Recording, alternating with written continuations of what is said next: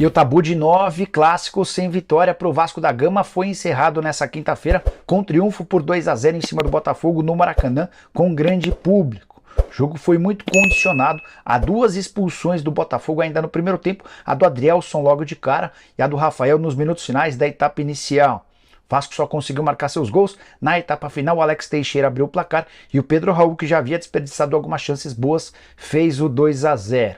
Vitória super importante para o Vasco, que entrou no G4. É nesse momento o quarto colocado com 14 pontos, ultrapassando 2 times, entre eles o Volta Redonda, que deve ser o seu concorrente até o fim da fase de grupos. Já o Botafogo se manteve na segunda colocação com 16 pontos, desperdiçando a oportunidade de ultrapassar o Flamengo. Clássico bem legal, interessante e movimentado, e que teve Lucas Perry, ex-goleiro do São Paulo, como grande destaque. Apesar dos 2 gols sofridos, o Perry tá pegando muito.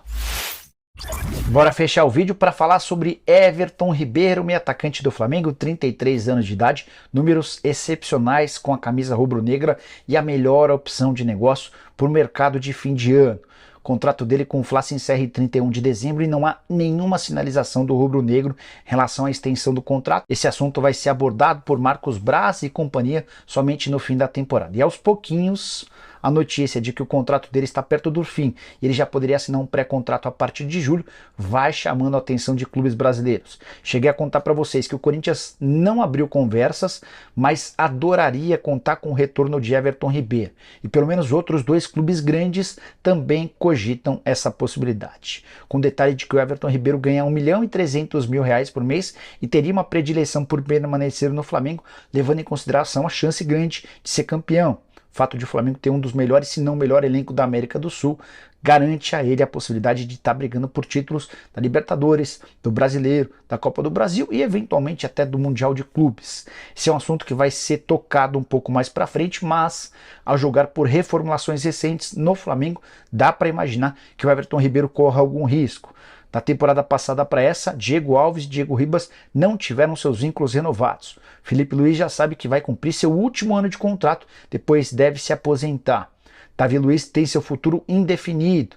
É outro jogador veterano cujo contrato se encerra em 31 de dezembro desse ano. E a pergunta que eu quero deixar para você é: Everton Ribeiro caberia no seu time do coração? Use o espaço para comentários para dizer seu time e o que você pensa a respeito do meio atacante.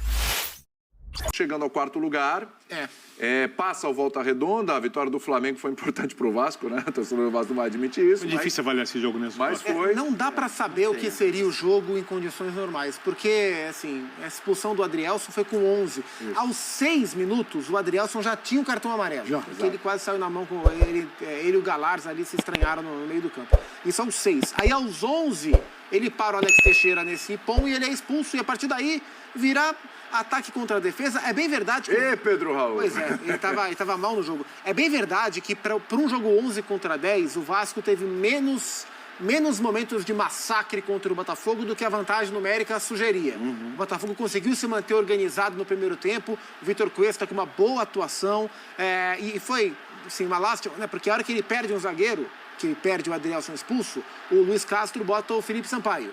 Só que o Felipe Sampaio tem um mal-estar, sai inconsciente do gramado, né?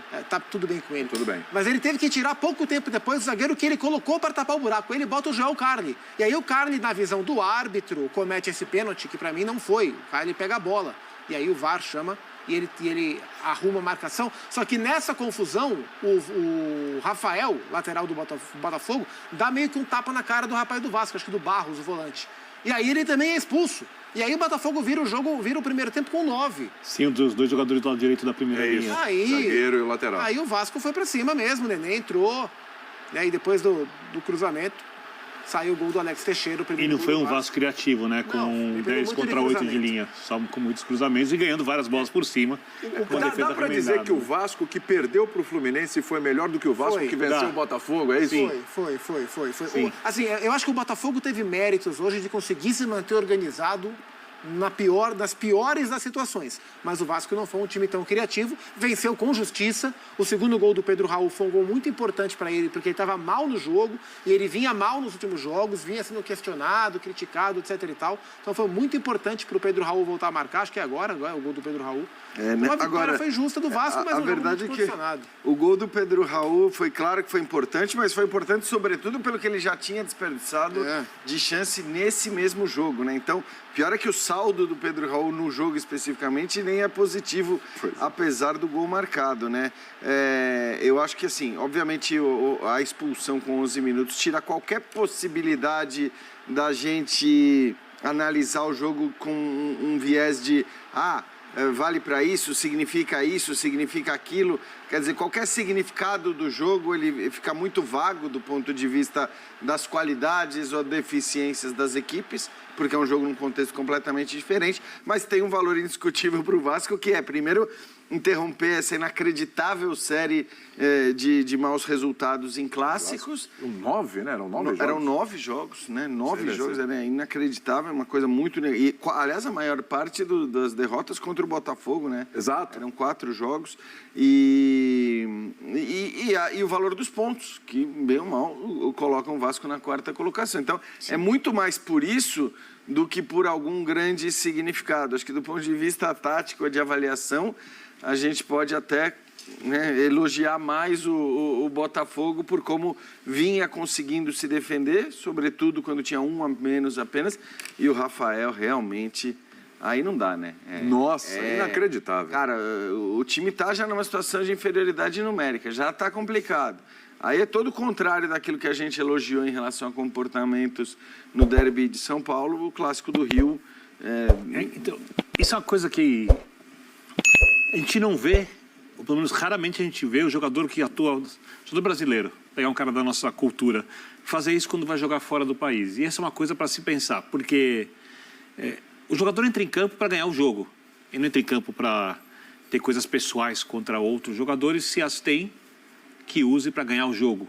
E se for atrapalhar o jogo, que guarde as mesmas. Nesse caso, por exemplo, o lance do Adrielson, dá para discutir, era melhor trocar, deixar a jogada seguir, continuar em campo, ele fazer uma disputa, uma jogada para evitar o gol, tem um erro ali e tal. Sim. Uma agressão com o jogador a menos, uma suposta agressão, o seu time desculpa, perdendo, é um ato tão egoísta, assim, perdeu a cabeça, que assim, é uma coisa para você chamar a atenção seriamente do jogador. Esse é aquele lance, eu não gosto muito disso, mas esse é o lance de multa, assim. É um lance de multa. Porque, sim. Porque não, inadmissível. Não existe nenhuma justificativa. Do Adriano, eu tô de acordo com você. Você erra no seu trabalho, todo mundo erra. Ele cometeu um erro, já tinha errado. Aliás, tinha feito já 10 minutos terríveis de partida, acabou expulso num lance, e acho difícil também essa coisa de pensar, não vou fazer a falta, vou deixar o gol sair, porque a expulsão pode pesar ainda mais. Sim. É difícil, né? Então, erros acontecem. Agora, a expulsão por você agredir um adversário, sendo que seu time já está numa situação complicada... Mesmo se foi provocado. Mesmo se foi provocado. O Calçade e o tempo esquentou entre os treinadores, né? A gente vai ouvir os dois, eu vou passar a bola para você. Primeiro, Barbieri, vamos lá. Esse retrospecto traz um peso e traz uma responsabilidade. A gente, inclusive, conversou sobre isso na pré-eleição. Eu disse aos jogadores que, assim como eles provavelmente estavam ouvindo, eu também estava ouvindo essa história dos 9 jogos. Disse a eles que essa história não nos pertencia, porque não era esse grupo que tinha feito esses 9 jogos, mas era esse grupo que ia ter a oportunidade de quebrar isso. E era dessa maneira que a gente tinha que encarar como uma oportunidade de cessar essa escrita, que é uma marca ruim para um clube gigante como o Vasco da Gama. Foi isso que a gente conversou. E a gente tinha também um contexto difícil em função dos desfalques, enfim, em função do regulamento, coisas que em alguns momentos a gente até não entendeu, mas era uma situação que a gente tinha que buscar soluções, não os problemas, né? E eu acho que a gente começou o jogo muito bem. Eu acho que a primeira expulsão deles vem de uma jogada bem tramada pela gente, então se ele não comete a falta, provavelmente a gente ia fazer o gol, e é claro que isso depois condiciona bastante a partida, mas a gente teve maturidade, teve equilíbrio para buscar os gols, para fazer o resultado e sair com uma vitória que é importante para nós. Uma discussão não é sinal de desrespeito. Discussão é... Viu, Calçade? Esse elemento... Olhar nos olhos, esse elemento, se não olhar nos olhos... Então, assim, o que eu voltaria assim, eu fico preocupado com o que os treinadores estão fazendo pelo futebol. Todos. Não é Luiz Castro e Barbieri só. O que eles estão fazendo para tentar criar nos jogos mais futebol e menos situações como essa. De futebol se fala muito pouco. Esse jogo aqui, 6 prêmios, quase não sai futebol. É a arbitragem, é o treinador, é a equipe, é não sei o quê, é a porrada, é no outro, é a ambulância.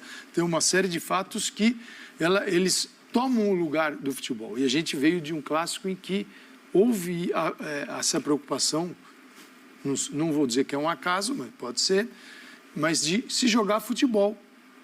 Todo clássico é quente, todo clássico é perigoso, todo clássico pode custar empregos, é assim que funciona o futebol brasileiro. Muito. Mas a gente vai ter que chegar num ponto de trabalhar mais pelo futebol, para que se jogue mais e se brigue menos. E eu não vejo isso no futebol brasileiro, como todo esse jogo foi especial nesse sentido. Então é muito difícil você falar de jogo, porque você tem uma série de outras coisas que são satélites em torno do jogo que são muito maiores que o jogo. Verdade.